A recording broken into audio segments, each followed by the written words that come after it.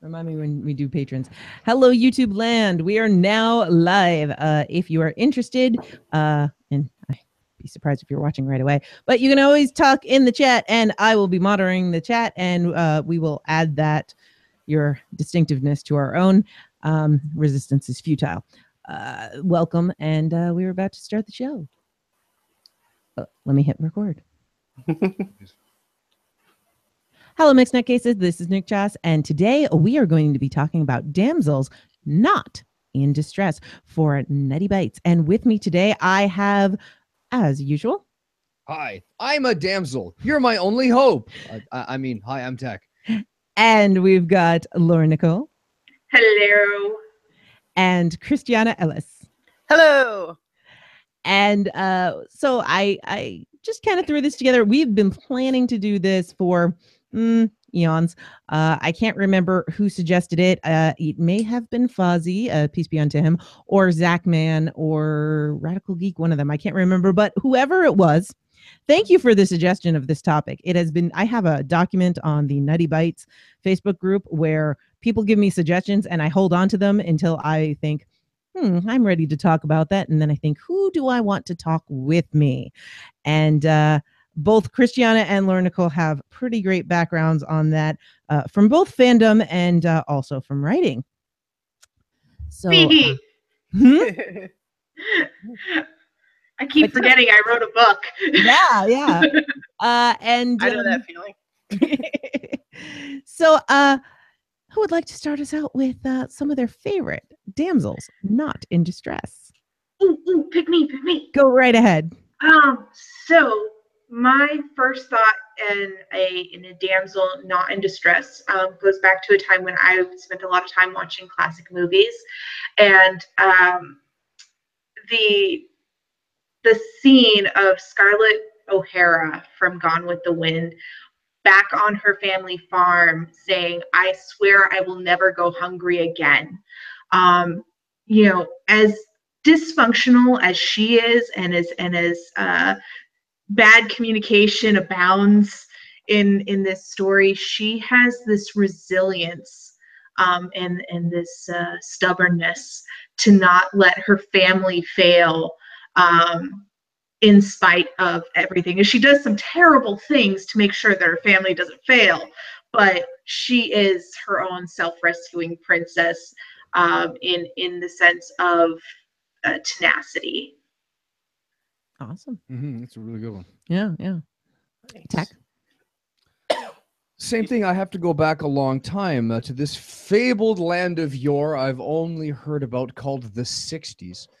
And one of my favorite TV shows growing up and today is Get Smart, the great comedy spy show done as a spoof on The Man from U.N.C.L.E., if you're not familiar. And it's all about this super agent, Maxwell Smart, Agent 86 of Control, who is a buffoon.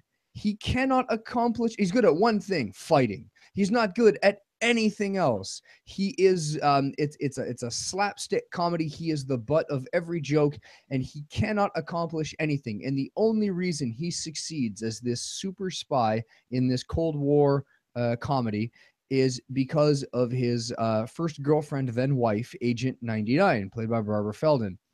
And 99 is an amazing agent and a crack shot and a great martial artist and a great spy and hyper intelligent and smart and funny and all these things, but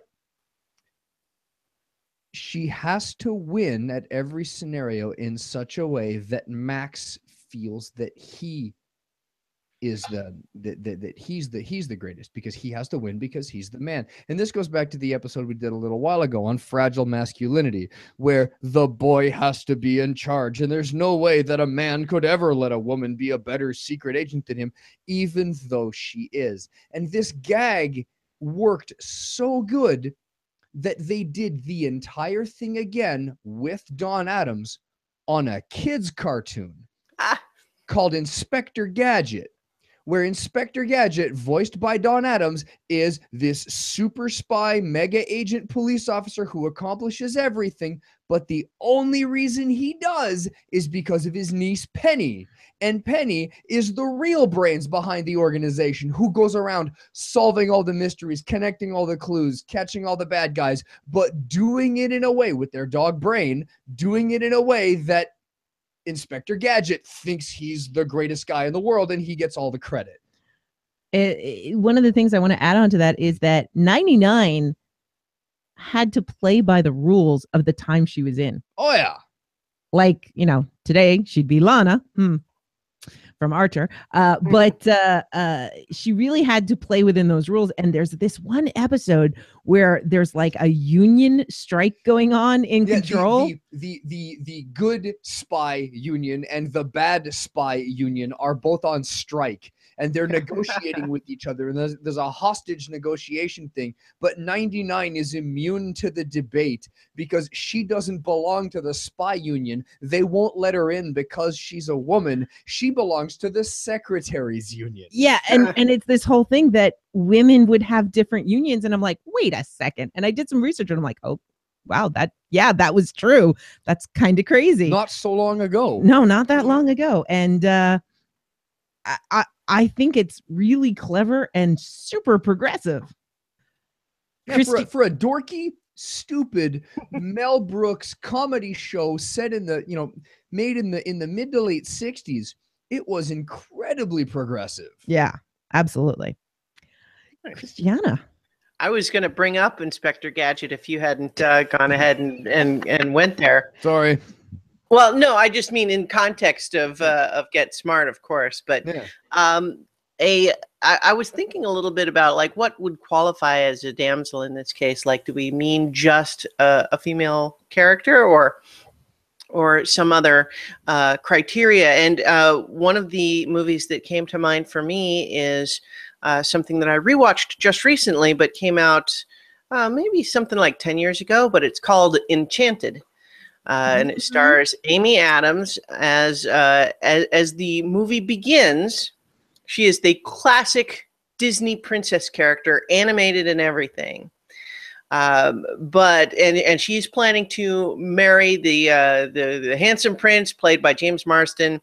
But there's a classic Disney setup of the evil stepmother of the prince doesn't want the marriage to happen, so she casts a spell that banishes our princess to a strange dimension, which happens to be contemporary New York City live action and everything. To this evil dungeon called Manhattan. Yeah. And once she's there, so she's obviously unfamiliar with the surroundings, but she acts like a Disney princess, complete with when she decides that so she meets Patrick Dempsey, and he has a daughter, and they are kind to her, and so she decides to be nice to them by cleaning up their apartment, very much akin to Snow White cleaning up the Seven Dwarfs house, for example. And like that, she summons animals. But what animals are available in Manhattan? Well, she summons pigeons and rats and cockroaches and flies and sings a little song as they help her clean the apartment, and it's amazing. I love that movie. One of the things that is also just interesting about that movie is the theme is a little bit more socially complex than you would guess at first, which you would think that it's, this is just kind of silly, but ultimately her arc as a character is, now that she's being exposed to this real world, which is complex and messy and complicated in ways that she's not used to, having come from an animated Disney kingdom, she starts discovering that she kind of likes it. And all of a sudden, now that she's had all of these weird, awkward conversations with Patrick Dempsey's character, and sometimes they misunderstand each other, which is weird, and they're not always on the same page, and it's a little bit unpredictable. And then when the prince, who has dived through this portal to come rescue her, and he's been looking for her all this time too, once he shows up again and he is acting just the same way he always has, she's finding suddenly, I feel like I'm maybe not into this as much as I was before. And so she is growing as a person, finding interesting things in this, New York City. And then ultimately, there's a big fight where the evil stepmother is having to constantly, she eventually comes through herself, and there's a whole big conflict, just like you would expect. But the climactic battle is when this evil stepmother, played by Susan Sarandon, who's great, turns into a dragon, grabs Patrick Dempsey, and climbs up on the top of the building. And it is our princess here who grabs the sword, climbs up on the building to go fight the dragon. And it's fantastic. It's great. It's so good. Yeah. Susan Sarandon is the evil queen that we've all been waiting for. Let's be real. Mm-hmm. There's also, one last little interesting wrinkle of that one is that the handsome prince character is not portrayed as like a doofus in the ways like, oh, he's obnoxious, or he's not Gaston. No, he's totally sympathetic. Yeah, but it's just that, just like she was when she started the movie, he's just the Disney Kingdom thing. That is what he wants. He wants it to be simple. He wants it to be pure, and it's never a mean-spirited thing. And in fact, once there's a bit where he realizes that, oh, she's bitten the poisoned apple, and now only true love's kiss can wake her up, and he realizes it's not him, it's Patrick Dempsey's character. And he's totally chivalrous about it. He's like, no, whatever helps her. I'm not gonna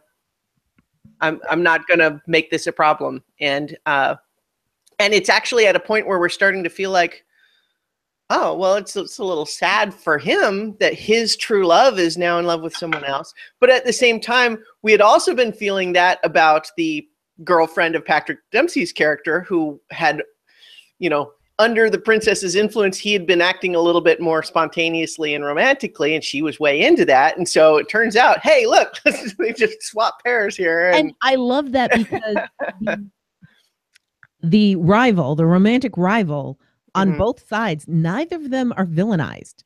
Yeah. I mean, they might not be exactly what makes the other person happy, but it's never to the point that in most stories, when there's a love triangle, it's, well, we need to make the other one sour to make the true pairing appealing. And they turn them into this other parody. Yeah. And that doesn't happen in Enchanted, which is so fantastic and refreshing.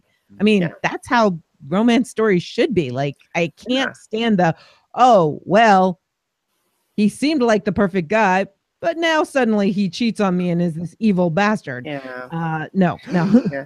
There's also a nice side story where the henchman of the evil queen learns to stand up for himself and recognizes that she mistreats him all the time, and he realizes he doesn't have to put up with it.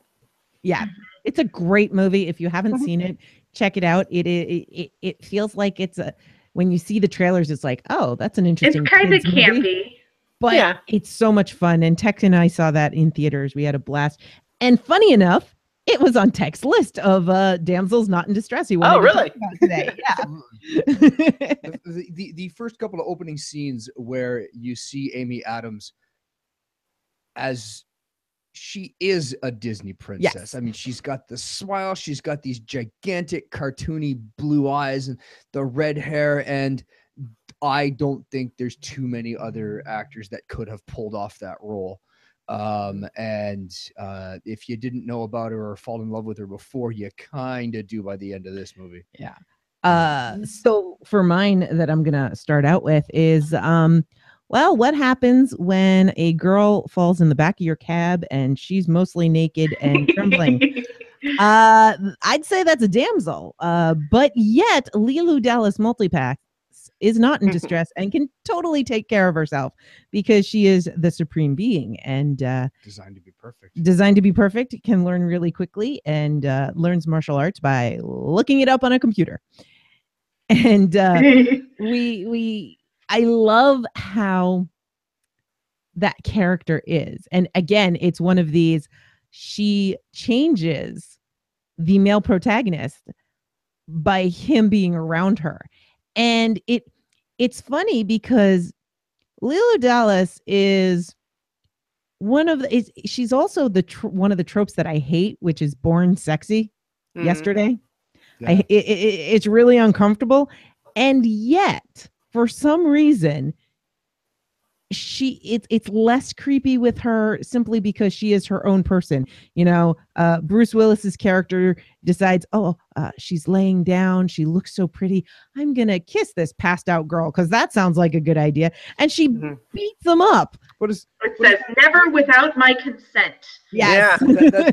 That's what I thought it meant. And I absolutely love that. And when I was thinking about it led me to another one, another Luc Besson movie, the movie that was made while he was waiting for Bruce Willis to get ready to make this. And that's Matilda from The Professional. Yeah. And this is Natalie Portman as a 12-year-old, and her family has been killed by drug dealers. And she is hanging out with a hitman and learning to be a hitman. Did you? Okay, I'm sorry, I'm confused. This is from The Professional. Movies. Yeah, The Professional. Okay, for a split second, maybe I'm insane. I thought you said that the movie was Matilda. That's the character's name. Okay, because there's a movie named Matilda about the little girl, and so I was very confused when you started describing The Professional, and I thought we were talking. Really like to see little Matilda the schoolgirl hanging out with Leon the Professional in the streets of Paris. I mean, they are both technically self-saving princesses, but please. But that's not where I was going. Yeah. I was again going like, this is a young girl who has no skills, and yet she's like, no, I'm going to take care of myself. I'm going to hook up. I'm going to move in with this guy that I know is dangerous. She's she's resilient. She's individually strong. Now, she may not be martially strong because she's 12 and she's not trained, but she's strong in herself and in her character. And that's, you mentioned 2 movies, but you can expand it to almost every other thing that Luc Besson has done. This is Luc Besson's trope. He did it from the very beginning with La Femme Nikita. And then through The Professional and Fifth Element and a lot of his other ones, that he can have this strong, independent female character that doesn't need to be rescued, even though everybody else in the movie is, oh, please let me rescue you. No, I got cool. this. Thanks. I'm gonna dispute just a little bit. I love the movie, but I feel like you mentioned the Born Sexy Yesterday thing, and so I think that movie ends up getting a pass on a couple of tropey things because it does everything that it does so well. And it has lots of these grace notes that make up for some of those things. But like, even though I agree, Lilu is an awesome character and our final impression of her is that she's badass and everything. But, there are parts where it's kind of like, what's the problem is she is distraught because of her emotions and she needs to be reassured by the good guy that everything's going to be okay. That sort of thing, you know what I mean? Like, and so the movie is great. I don't want to, I don't want to say that the movie's a bad example because I definitely don't think it is, but there's wrinkles there. There's nuance. And I'm definitely not saying that Luc Besson is some type of like feminist superhero, because if you ever read about Luc the man, he's actually kind of gross. Yeah, he's a big old creep. And, he's got this nasty habit of, casting the same type of girl in all of his movies because it's what he likes. And then he dates them and he marries them and then he dumps them for the next one. So he's actually kind of a dog. He is a dog and he's gross. And I don't think I want to hang out with him he's not going to sit across from me at a poker table anytime soon, but I really like his movies. Yeah. I don't want to derail us, but I have a whole thing that I could talk about related to that concept, not about Luc Besson specifically, but I don't want to derail us though if we want to stay on topic. Let's continue with the Damsels, and maybe we'll have fun with that later. So Laura, you had another one you want to talk about. I do, and it's one that you all should be very familiar with because you do a show about the show that this character is in, Daenerys Targaryen. Yes. Yeah. she is actually a princess. Yeah, she's a literal princess. She's a literal princess. She gets into a ton of trouble, and somehow, usually without the help of her advisors, can get herself out. Yeah. And I find that kind of resilience and doggedness really alluring about her. Not just without their help, but usually in direct defiance. Yeah. Of her. She goes and some my lady, you need to exactly not do this. All right, I'll go and do it anyways, and look, it works out because I'm a dragon. But it starts even before the I am a dragon thing, because you know, she's basically sold off to this horse lord, has no consent about anything, and has everything taken away from her, and has no choice. And she's like, yeah, no, you're not gonna rape and turn the people we conquer into slaves. I say no. But this is how it's done, my love. And so she takes it upon herself to learn different skills so that she can assert her power. So she learns from one of her ladies' maids, you know, how to assert her feminine power. And she learns the language of the Dothraki people. And she learns the languages of all the other people in the region that she is one day going to conquer and liberate. So she outthinks and out-strategizes a lot of the men in her company and a lot of her advisors. And the few times that Ser Jorah has tried to come to her rescue, she's been like, I got this. And it's not without cost though. Like, this is not a Mary Sue story for her, where she, you know, she is, I think, if we were to talk about her character in D&D terms, very high charisma character.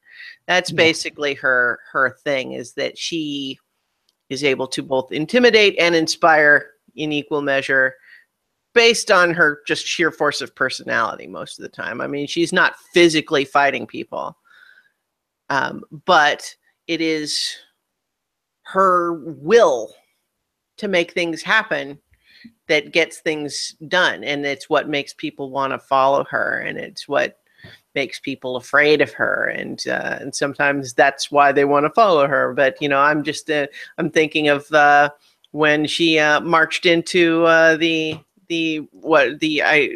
Doshkaleen, I think it was called, or something like that. The lords of the Dothraki, and just kind of stomps in, and they're like, "Oh yeah, we're just gonna kill you." And she's like, "Nah, I'm gonna burn down this house with all of you in it," and just walk out silhouetted by flames like a total badass.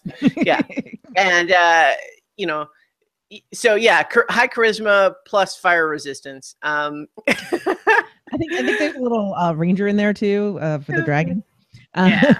Daenerys is really pretty amazing in that way. And like you said, every choice she makes has a cost. You know, even if things go the way that she wants it to go, there is a cost every time, and she has to deal with those consequences every time. Right. And I love it because it is so nuanced. And it makes you realize that, you can, you know, be that self-rescuing princess, but there's a cost to everything that you do. In every confrontation, there is something that you lose. She's kind of a comet leaving a trail of destruction behind her wherever she goes. Like a red comet or something? Could be.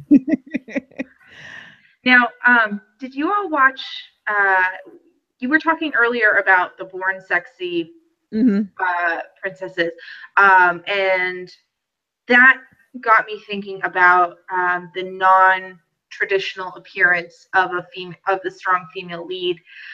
And when it came out, like, I think 10 years ago or something like that, Ugly Betty was my hero. Yeah. Because she was nice and dorky like me. She wore glasses. She was not a size 2. And she was really smart and had this tenacity to, just take what all of these naysayers and these super posh people were saying negatively about her and just be like, this is me, and I'm going to do what I do and do it the best I can. So give us a 30-second synopsis of what Ugly Betty is for any listeners that are unfamiliar with Ugly Betty. Okay. So Ugly Betty is a TV show starring America Ferrera, and she lives in New York, and she gets a job as a personal assistant to a editor-in-chief of a fashion magazine, a high-end fashion magazine. And so she does not dress the part because she's grown up very poor. So she has the big, thick glasses. She's got braces. She's got, a mishmash of clothes like we would pick up from Goodwill or what have you. But she's hyper intelligent and gets things done as quickly as possible. She gets them done efficiently. She does have some interpersonal hangups, but starts to pick up on how the fashion world works and brings her own style into it. It does have, over the course of, I think it's 5 seasons, a bit of an ugly duckling story. Oh, does it? Yeah, well, because like towards the end, as she's getting ready to go towards something bigger and better, she's got these 2 people in the office who are usually nice to her, but they use her, and they have this blog about what's Betty wearing, and it's like a ha-ha parody thing. And so they took a picture of her. It's one of the last episodes, and they go, huh, oh.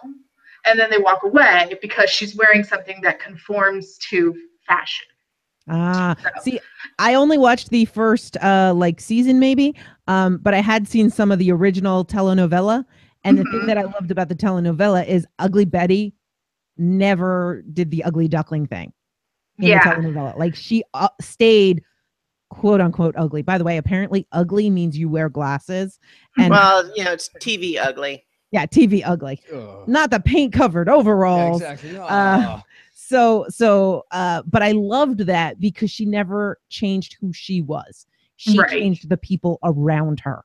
And that I absolutely adore. Tech, do you have another one for us? I do. It's another old one too. Yay! Because the self-rescuing princess and the damsel not in distress is very, very rare in sci-fi, because if you're fighting robots and space aliens and space alien robots, you have to be a big, strong army mans to be able to. How dare you think you can fight space aliens with lasers and blaster guns if you're not a big, strong army mans? So when an entire ship called the Nostromo gets taken over by an alien xenomorph and get killed off one by one by one, and the final survivor is Sigourney Weaver, Ellen Ripley in Alien. And then they bring her back for the sequel where they're like, well, there's even more aliens.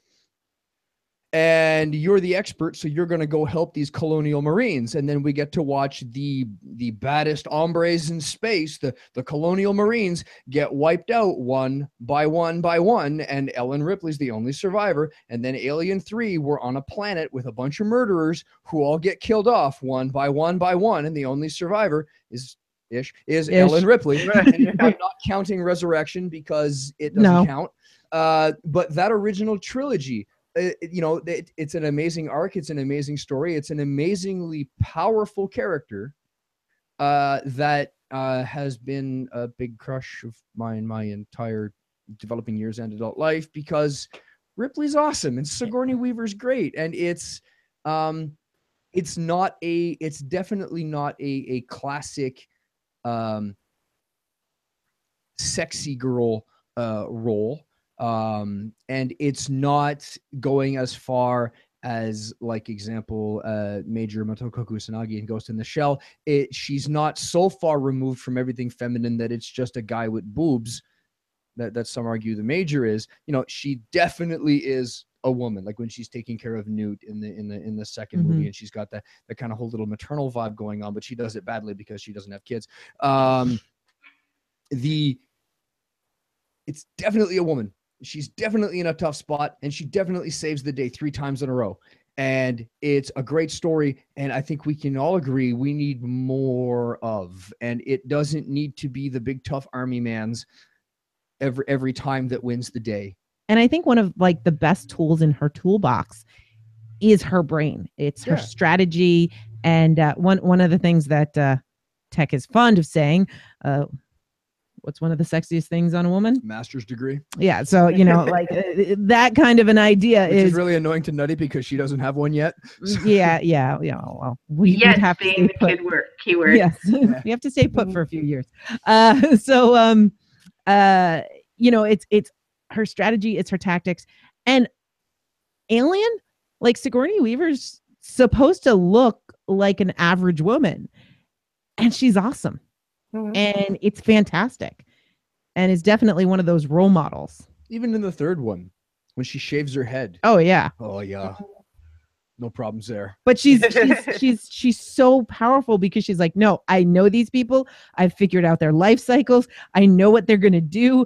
I can tell you what we have to do. And she's going up against like misogyny personified in the third movie, and has to fight through all of that resistance.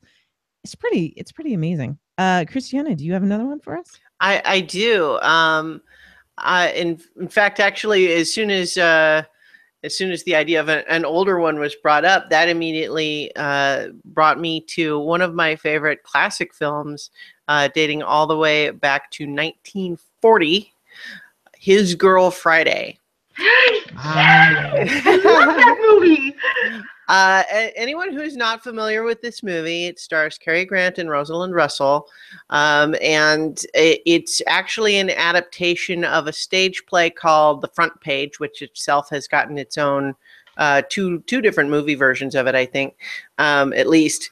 But one of the interesting things about His Girl Friday is that when they adapted that story, they took a male character and made that character into a woman, and it just changed everything about the story by 45 degrees in a way that I think is a dramatic improvement in my opinion. And that's one of the things that I think is just interesting too, in the sense of, you know, lots of times whenever people talk about like, oh, it's hard to write women or whatever, it's like you could also just write a character as a human being. But the premise of the movie is that Cary Grant plays the editor of this newspaper, and it is the very 30s and 40s style journalism where the classic journalist has the fedora with the little press card in the brim and fast talking and tough and hard drinking, hard smoking, out there getting the story, that sort of thing. The real J.J. Jameson. Yeah, for the and it's all newspapers, right? And so he's frustrated because his best reporter, who was also his wife, who divorced him a year ago, which he's still kind of irritated about, has now decided she's going to retire altogether and just go off and get married, and that just can't stand. And so most of the movie is him scheming to try to convince her to stay and work for him again and maybe be married again if that's an option. But in the meantime, we have this character, Hildegard, known as Hildy Johnson. And she, first of all, is very irritated by his various schemes and machinations because she's trying to retire, but there's a part of her that kind of doesn't really want to. She loves the thrill of the chase with the story. And when she hears, oh, there's this, this guy who's, going to be sentenced to death, but he still says he didn't do it. And there's this complicated story aspect to it. And, oh no, did he escape? And so all of that's kind of incidental, but her being just as much of a schemer as Cary Grant's character, scheming back at him, seeing his moves and making her own. And then the whole movie has this great fast patter dialogue to it. It's classic of the screwball comedies of that time period. And you know, you have some of that, you know, transatlantic accent, which not quite British and not quite American, but, you know, everyone's talking really fast, and it's great humor. And she is just tough, but also, you know, it's a spoiler, but at the end, everyone, I think, kind of understands that they're, you know, it's like the happy ending in this movie is that they do get back together. And but the last scene is this bit where she thinks that she has defeated all of his schemes and that now she can go to the train station and meet her fiance and leave. And Cary Grant's character is acting like, okay, yeah, you beat me. I guess I have to just accept it. And then she starts to get really, she's leaving, but then she realizes, no, wait, there was one last thing that he did that means that it's yet one more obstacle that she would have to overcome. But she starts to cry, and he's, what do you mean? And she's like, I thought you were really going to let me leave. And so they're a good match for each other, but she's just so no nonsense and sneaky and fast talking and tough. And she's a fantastic character. And it's a great movie. People should watch it. And she's holding her own in an era where that doesn't really happen. Yeah. Which is really helpful. So one of what I'm gonna go back to kind of sci-fi here, and I'm gonna say Sarah Connor from the Terminator movies. Right. And I'm gonna say that my answer is pretty much any of them that I've seen. Now, I didn't see the Christian Bale one, so I don't count that one. But I saw 1, 2, and the one where Arnie's playing himself twice with computer animation. Genesis, yes. Emilia Clarke. And I saw the Sarah Connor Chronicles, which has Lena Headey as Sarah. Moment of silence for Emilia Clarke. Anyway, and Sarah Connor is amazing in every single one. And you eventually realize that the Terminator movies are not about John Connor. It's about Sarah Connor. And it has always been about Sarah Connor. And even in the first one where, oh, she's just a waitress and she doesn't know anything and she needs all this guidance, it's not Kyle Reese that changes her. It's her inner strength. And she adapts and she learns to survive. And her physical strength too. If everybody here remembers Terminator 2, where she's doing chin-ups. That I think started the trend of women going, oh, I kind of want arm muscles now. Yeah. Because it's like, ooh, Linda Hamilton. Wow. I'm allowed to have those. Yeah. But the Sarah Connor is an amazing character, and every incarnation I have seen has been inspiring. And especially, Terminator 1 into Terminator 2, and you see where she goes. The Sarah Connor Chronicles was fantastic. It was really, although I didn't make it to the full end, but I think it had promise. If it were aired today, it would have had a little bit of a different treatment, and it would have been perfect. And another thing that's really rare about Sarah Connor is that it's not just the self-rescuing princess. Yeah. It's, you can almost say self-rescuing queen, because at this point she's a mom. Yeah. And the fact that it's a mother going out to rescue her children and the world, and it's not just shrieking from the parapets of, will someone please save my children? Yeah. No, it's, you know what, hold on, roll up sleeves, grab shotgun, I got this. Well, Uno momento, por favor. And then she goes out and kills a bunch of robots. Yeah. Well, one of the things, and this is primarily two, like I think in one she grows into that to some extent, because she's kind of not even aware of her own strength to the full extent, I think, at the beginning, and she's learning it. But yeah, in full form in 2. But one of the things that I really love about her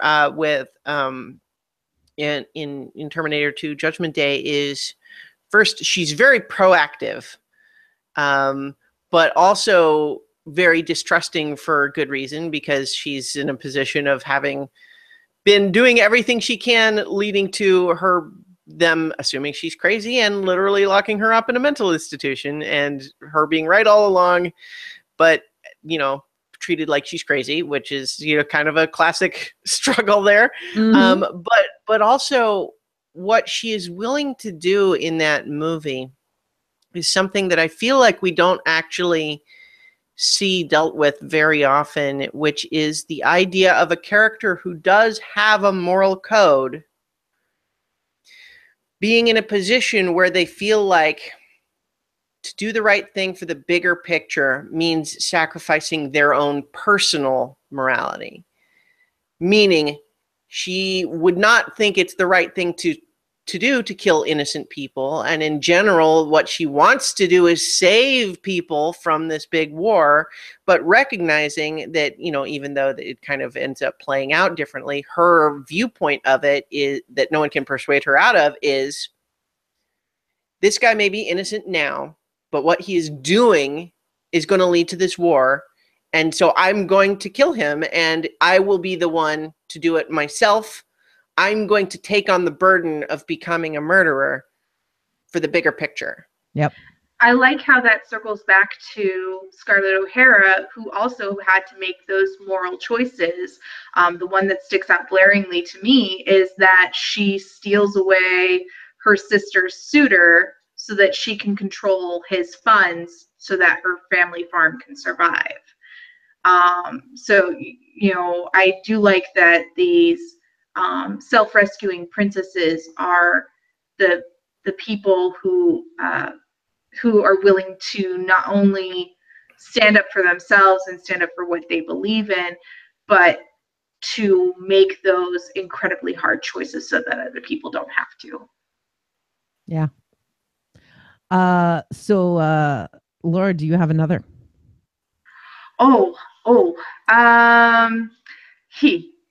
So we were talking about the 1940s, and this is the golden era of one of my favorites, Katharine Hepburn. And in particular, what comes to mind is this movie called Adam's Rib. And Katharine Hepburn and Spencer Tracy, beautiful chemistry. They did so many movies together. They are two lawyers, and they are going to court with in a battle of the sexes divorce proceeding, and it's the anything you can do I can top kind of thing, to the point where they end up having a really big fight because Spencer Tracy's character's masculine fragility is shattered at some point, because he got lifted in court by this strong woman. Again, there's also consequences to Katharine Hepburn's strength. It isn't just a happy-go-lucky thing. It's a, oh yeah, you're a strong, independent woman. I don't like it, and I'm sorry. I can't deal with your shenanigans, and they walk away, which, you know, is a little bit frail, but at the same time, it is showing that there are always consequences to those actions. And Tech, you were furiously thinking of one. I was trying to remember. Do you have it there? Yeah. Okay. Right. So a movie. I don't watch a lot of 40s and 50s cinema. I occasionally do, and Nutty made me watch this movie called How to Marry a Millionaire. That's on my list. Right. Don't so tell Marilyn me the Monroe, ending. Lauren Bacall, and Betty Grable as three con women in New York, trying to land a man. And I like this because it plays on all of the horrible misogynist tropes of the 40s and 50s and spins them on their head, because all of these things that men are stupid enough to do mean that they can be easily controlled. And you've got each of the women in their own way scamming their way through life with their brains, their wits, and Marilyn Monroe is able to do it by playing an utter ditz, tee-hee, and getting everything. and they end up getting everything they want, even down to that cute ski instructor. But the movie is such a fantastic reversal, deconstruction, all kinds of fancy tropey words I can use to make myself sound smart.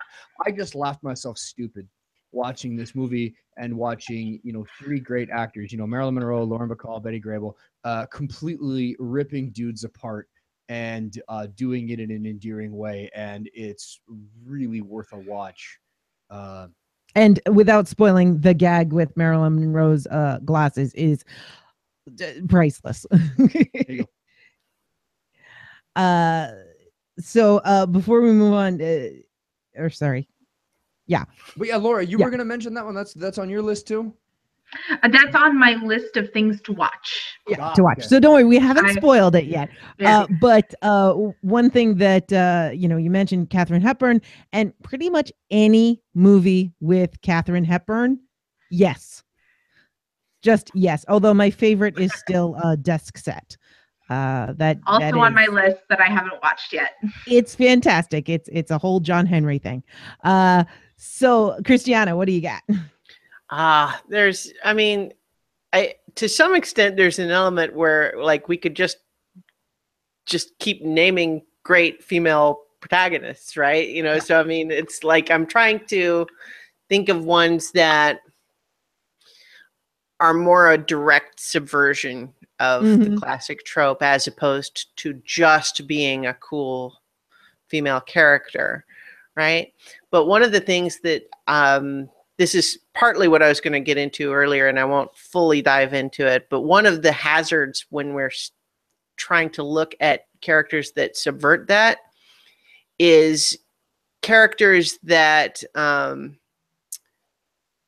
become objectified in their own way. Like it's a hyper competent female character who nonetheless their only function in the story is to be badass until the male hero can surpass them. Right. Which is sometimes called like the Trinity Effect because Trinity from that's exactly the Matrix movies, right?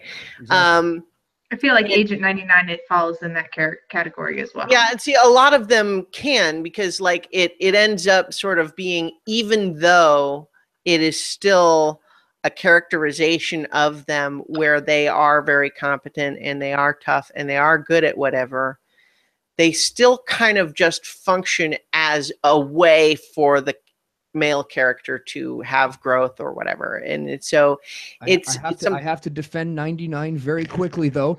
99, that happens with Agent 99 because she lets it. Yeah. And it's not anybody else's fault other than hers. When it's Max, we have to go in through the front door. 99, that's a stupid idea. That is the most moronic idea I've ever heard. That'll never work. What we obviously need to do is go in through the front door. And her reaction every time is, "Oh, Max. Oh, good idea, Max." Oh, yeah. Sorry. Good idea. And then they go in through the front door, which was her plan the whole way along. But she has to let Max win. But I think also it's this idea that it's how they're written, right? Yeah.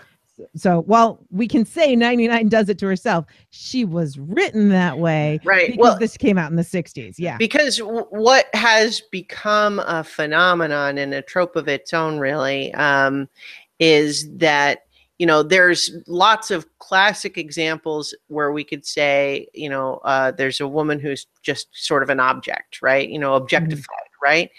But one of the things that I feel like is maybe a step in the right direction, but not all the way to where we want it, is the idea that you can have a character who is still objectified. It's just that the object of desire is a hyper-competent woman. Mm-hmm. So they are still kind of in their function in the story is still an object of desire. It's just that what the desire is for has shifted.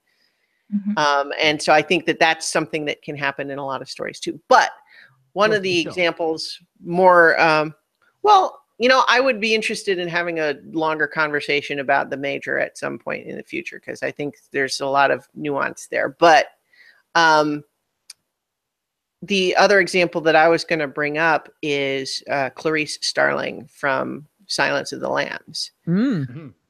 In the sense that this is another character who is having to struggle against a lot of very, gendered issues, even amongst the people who ostensibly are supposed to be on her side.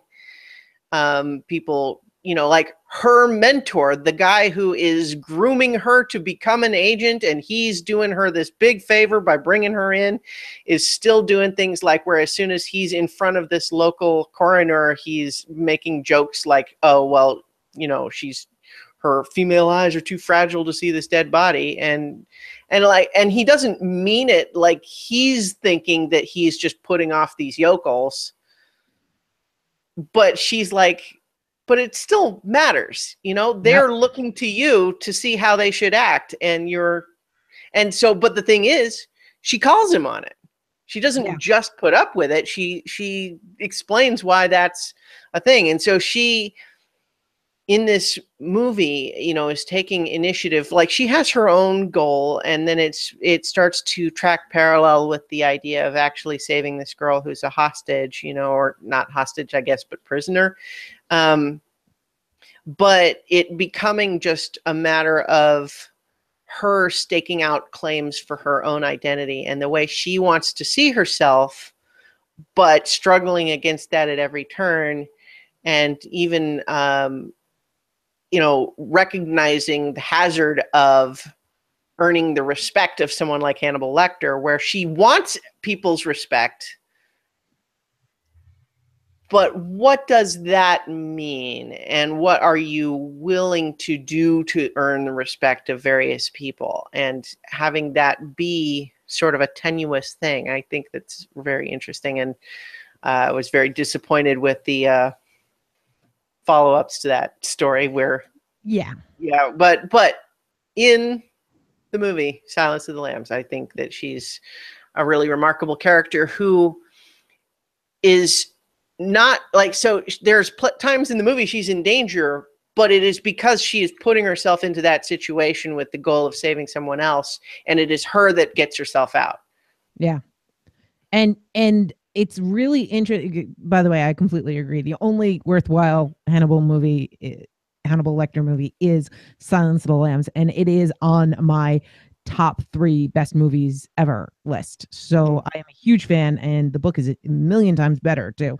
I feel like the book of the following one, Hannibal, the ending of that is even worse than the movie one. But yeah, not surprising. The problem is when they get too much into the Hannibal Lecter part, because in Silence of the Lambs, he's an accessory to her. And in the other incarnations, he's the main focus and everybody else is the accessory. And I love, because when Silence of the Lambs came out, that whole scene that you explain, it matters. It doesn't matter if you believe that. It matters what you say, because you're setting the example. Having that conversation is so difficult, especially you're a subordinate and you're telling your superior this. This is a difficult thing. This is a difficult thing today. And when that was written, that was even more so. I mean, that the kind of person that brings that up to a superior is the kind of person that gets a reputation for being difficult and no longer gets put on assignments. So it's I just have to applaud that suggestion. It's just fantastic. And I agree with you 100%. It's she is completely competent, and yet she is like you said, she is in conflict with every other person in that movie. Yeah, and even especially with the ones that are supposed to have her back. It's like, oh yeah, you're going to do this, but I'm going to totally lie to you as to why you're going and doing that. And I'm going to put you in danger. And I don't actually care, as long as it gives me maybe something that can help. Yes, Tech? One, I love the character of Clarice, and, I agree with you all that the first movie's fantastic. The rest I've forgotten. That I think if I check my timelines, I think Clarice was directly responsible for another character that I love anyways, which is Dana Scully. Oh, yes. And that Dana Scully started off. This is an interesting tale because she starts off. X-Files was supposed to be Fox's vehicle to propel David Duchovny to superstardom, but nobody liked him. But all of the scenes, if you watch, if you like listen to the documentaries and everything, like the scenes are blocked in a certain way so that she's never in front of him. She has to walk behind him. She has to be lower than him. She has to be the accessory in every shot because it's David Duchovny's show. But nobody gives a gosh darn about him. She doesn't even have an office. Right. She doesn't even have an office. Or a desk. They didn't want to give her a set. They didn't want to and there's all of these horrible tropes. And the fandom goes, no, we want more Dana Scully. We like her. And it was only over time did they start giving her own arcs, her own story, that the character started to evolve. And over time, we got a better character out of the deal. So what's interesting here is that the princess was rescued by the fandom. Yeah. I did a quick check of the timeline, and you're right on in the sense that Silence of the Lambs was 1991 and X-Files premiered in 1993. And Chris Carter has said it's a direct inspiration. Like, well, I mean, it's similar outfits and hairstyle even. His idea was, I want Agent Starling to figure out aliens. You know, Scully is an interesting character in that regard because, you know, on a show like the X-Files, where we frequently see stuff that is pretty definitively, if not supernatural, at the very least extraordinary. And so I can see how in some ways the skeptic foil is not from conception designed to be the hero character. Yep. Because they're, you know, like in the reality of the world of the show, she's wrong. Right, exactly. So, but it developed because, you know, she was this an entire show about mansplaining aliens? Exactly. And, you know, and I love watching X-Files now because at the time everyone's like, oh, look, it's so progressive. And I look at it now and I go, oh my God, we were so sexist. I didn't realize it was that bad. Shoulder pads on those suit jackets. Well, that's not sexist. That was just fashion. Poor. That was just that was just bad. Fashion. But you know, with shows like that, we can see how far things have come. But it's also really interesting that you can still see the strength of character when they are dealing with always walking behind the other character, not having a desk, always being undermined and having people tell them you're wrong. It's pretty impressive. I'm going to bring up another one. And so Veronica Mars is a show where it starts out and the main character, her best friend died or was murdered. She lost a table at the in crowd. She lost a seat at the table of the in crowd, and she was raped. And all of the whys are a mystery. And that sounds like, and she's a teenage girl, and it sounds like this is a recipe for a damsel. You know, this is a difficult situation, and she doesn't fight. She doesn't kick. She doesn't punch. She doesn't learn martial arts. But she's strong and she figures her way out by being smart and using clues and figuring things out and getting through the conspiracies and figuring out the truth. And it's fantastic in that sense. Now, like everything else, there are some problems, but Veronica Mars is relatable and self-rescuing. I mean, are there times that, she's, you know, locked in a freezer while somebody's sitting on top of it and she kind of needs somebody to show up, but there are definitely, but even in those times, like she is fighting her way out and she is dealing with it every time. And when any other character would back down and go, you know what, maybe I'm not going to throw myself in danger and poke my nose into other people's business all the time. Maybe I'll be a little bit safer. Veronica says, no, because if I don't do it, no one will, and other people will be hurt. and it's really admirable. Mhm. Admirable? Admirable. That's the word. Yeah. Admirable to see that. Yeah. So before we conclude, I just want to do like some quick lightning round honorable mentions. I'm actually surprised Laura Nicole didn't bring this up, but I really thought, know. I thought somebody was going to say Sailor Moon. Well, okay, no. The reason and Tech being, is dancing in the background. yes, Sailor Moon, amazing show, and I love it. Sailor Moon constantly needs to be rescued Oh, does by she? Well, Tuxedo Mask or by her other Sailor Scouts. I didn't get that far then. However, there are 3 Sailor Senshi who are always the ones doing the rescuing. And they are from the outer solar system. They are Sailor Uranus, Sailor Neptune, and Sailor Pluto. And they stand up for their beliefs. They have to deal with consequences of their actions. And they don't need to be rescued for the most part. They are flawed. Like some of their missions are flawed, but for the most part, they work through it themselves. And so, yeah, I'm surprised I didn't bring it up too, but maybe it's because the main character is the princess, and she needs saving a lot because she's kind of useless. All right, I didn't get that far. The few episodes I saw, she was saving herself. Another complicated example in this specific question is Princess Leia, who is obviously awesome, but she also, her introduction into the series is needing to be rescued. I mean, she's great, but yes, she's also a princess that literally is in distress and needs to be rescued by the hero.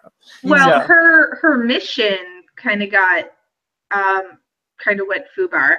Yeah. And so, yeah, she needs rescuing in that one instance. Well, agreed. I'm not saying she's not an awesome character, and if we look at the whole saga, but when we're specifically talking about subverting the trope of the princess who needs to be rescued, she's like a classic example of that. It takes a couple of movies for her to pay it forward. Yeah. Rescue Han. Now, and just right off the bat, the fact that she is very matter-of-fact to her jailers, defiant to the last, and then gives even her rescuers such attitude makes her stand apart, but it's a complicated example in this specific question. If we were just talking about great female characters, she's obviously there. Yeah, exactly. Pretty much all the ladies from Firefly. Whedonverse. We love the Whedonverse. The thing that I love is, everybody thinks Zoe, of course, Zoe's great. And I think Zoe's an example of what Christiana was talking about before. Lightning round. Lightning round. Yes, sorry. But the example of this is a character who is the gratification that we want is that they are super competent, and that's what Zoe is. But there is more to her. And but it's also all the other ones, like Kaylee. Awesome. She can't fight. She's still self-rescuing. She wants the girly dress, Yes. Yeah, the one that looks like big cake. Tech, you were saying? Mass Effect FemShep. Yes! Entire universe around the idea that you could play the boy or the girl, and the company said everybody wants the boy. It's all about the boy. He's canon. And every single person on Earth went, no, we like the girl better. And it took them 3.5 games to actually change the box art to put FemShep on the cover because it's the one we all want. It's the one we agree is canon. And it took them a little while to figure it out, but yep. An interesting aspect of that is that it goes back a little bit to what I was saying about His Girl Friday, in the sense that within the context of Mass Effect as a game, a few little options aside, with the romance aside, the character of Commander Shepard and FemShep are not different in the writing, because it's still all up to the player's choices. But it's just an element of how sometimes you get an interesting character by not necessarily saying this is a woman character. So what's woman-like about her? You just say, no, this is a character who is a woman. Exactly. Yeah. Exactly. Yes. Agreed 100%. Any others? Xena and Gabrielle. Well, Xena. Warrior Princess. Well, there you go. Yeah. How about the bride from the Kill Bill movies? Yes. Sure. I haven't seen them yet. Oh, all right. Oh, yes. Samus from Metroid. Absolutely. I know that the series kind of sloped downhill, so people don't think about it as much anymore. But Elizabeth, Keira Knightley's character from the Pirates of the Caribbean, who's there was supposed only to be one just the movie, girl. so. Yeah. It's kind of like The Matrix. They only made one, right? I allow 2 and 3 to exist, but as certainly like they're Fanfic. Well, okay, I could too easily go on to a rant about that. That's really off topic. But Elizabeth is great. Like, so she's tough on her own, but she's also just very no nonsense. And so when like the male characters are wanting to just kind of wallow in whatever their own little issues are, she's like, "What? No." No, we gotta fix this. She blows up We're not the room, doing this. and just kind of like, I'm not gonna let you just drink yourself into stupor here. This is like, we got stuff to do. Also, she has the best comeback for being called a pirate. She looks at Jack Sparrow and says, "King." Yeah. Well, see, that's why I allow the other two to exist. She becomes the pirate king. I know. How great is that? That's great. There's other things about those movies that aren't as great, but yeah. So Mary Poppins is the last one that I would throw in there. ooh, Very good choice. Yes, indeed. that's a good one to go out on. Mm. I She's- agree. She's magic. She never needs Bert, but she likes having him there. And she's, taking care of the kids, teaching them, and just kind of like, oh, well, this isn't how I wanted to go. Okay, time to go. And they leave the laughing house where they're all floating. So, Yeah. I agree 100%. So thank you for joining us today. Laura Nicole, where can people find you on the internet? So you can find me on Twitter at @LNicoleAudio. You can find me on Facebook. I think it's at Laura Nicole Audio. And my website is resonantmoon.com for all of your audiobook needs. And Christiana, where can people find you and your works online? All right. Well, everything I do goes up at christianaellis.com. That includes my podcast about Survivor, and all of the D&D campaigns that I'm currently running, including one with Nutty here as playing a character in a Curse of Strahd campaign. A variety of other things going on whenever I'm getting around to them. But also my biggest thing at the moment is that I'm preparing for a big epic D&D stream for Extra Life, which is going to happen November 4th and 5th. And I need pledges. It's for a good cause. We're going to help children's hospitals. So people should find the link to my campaign page and make pledges that will go to a good cause. And I'll name an NPC after you or something in a big epic Tomb of Annihilation adventure. What's that website again? Well, it reminds me I need to make a prominent link on my page. But if you go to christianaellis.com, it is also my linked there. current pinned tweet at Christiana Ellis has the link to that campaign. And I will put a link in the show notes. So yes, and Tech and I will be part of that. So that should be a lot of fun. And I want to thank everybody for joining us today, but I also want to thank our patrons for making it so that we put out 2 episodes a month and for really pushing us in the butt to make sure we get these out because it's so much fun to do. And I just like giving back. So thank you to Aaron Jackson, Beth, Dagny, Harold, Ian, Jason Banks. Thanks, Daddy. Jen Hansen, Aurora Lee, Ken Kennedy, Kinsey, Lynette, Melissa A. Bartell, Mike, Patrick Scafito, Rich the TT, Shane, Susanna, Susan, and often Nick. Thanks, Nick. Thanks, Nick. He pays in cash. Yes, he does. So thank you, everyone, for joining us. And remember, if you're in distress, rescue yourself. Bye. Bye. And that's going to finish that one. So what was the tangent you wanted to go on? Oh, well, I kind of brought it up briefly later, but it was kind of the Trinity Effect element. Okay. And, you know, both the idea of a hyper competent female character either being an object of desire or just being like the character who takes care of things while the male hero gets to be a screw up and then is eventually surpassed. Right. There was a good life hacker article that came out in the last week on explaining the Bechdel test and other tests like it and what they're for and how to use them and how to not interpret them wrong. And they were talking about the whole sexy lamp and how if you can replace your female character with a sexy lamp, it's not really a character. And then there's been a lot of debate about that. It said, well, you know, but the character is required for exposition and the character is there to propel the story forward. So now they've changed it further. If it could be replaced with a sexy lamp with a Post-it note on it, it's still a bad character. Yeah. Yeah. The one of the movies that kind of comes to mind thinking about the objectification angle, though, is specifically oh god, I'm blanking on the name. The Zack Snyder movie with the girls in the mental institution. Oh, Sucker Punch. Yes. Yeah. Oh my god. So I can allow that other people find things to like in that movie, and I'll say that there are individual elements that are not terrible.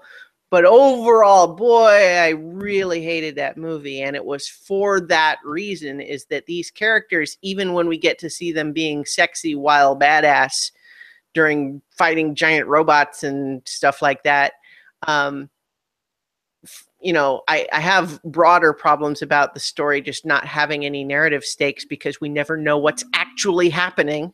You know, it's like, oh no, what's her name is hanging off the side of a train. And I'm like, what does that mean? We know that this isn't happening. We are 2 layers removed from reality at this point. It means she got stabbed and electrocuted.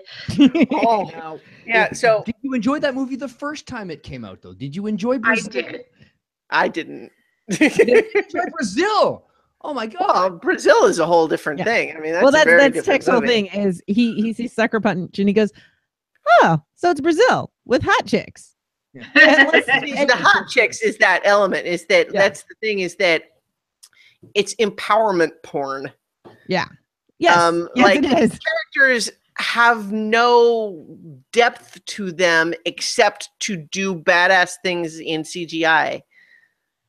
It was really titillating, and you know the short skirts were there for only one reason, and it's not for improved mobility on the battlefield. And I don't want to tell people not to like it, and then I mean, you know, I try generally as a life strategy to not tell people that they shouldn't like things, but that was the reason that I had difficulty enjoying it, is that it felt to me like anytime the characters were tough, it was tough in a way that would be sexy to a particular subcategory of the male viewing audience. Absolutely. I can agree with that. Yeah. Like, and I mean, I really enjoyed that movie for a lot of base primal reasons. And I'm really not going to throw that movie up into any sort of serious discussions on feminism as, you know, this is not the torch I'm holding up to win the argument.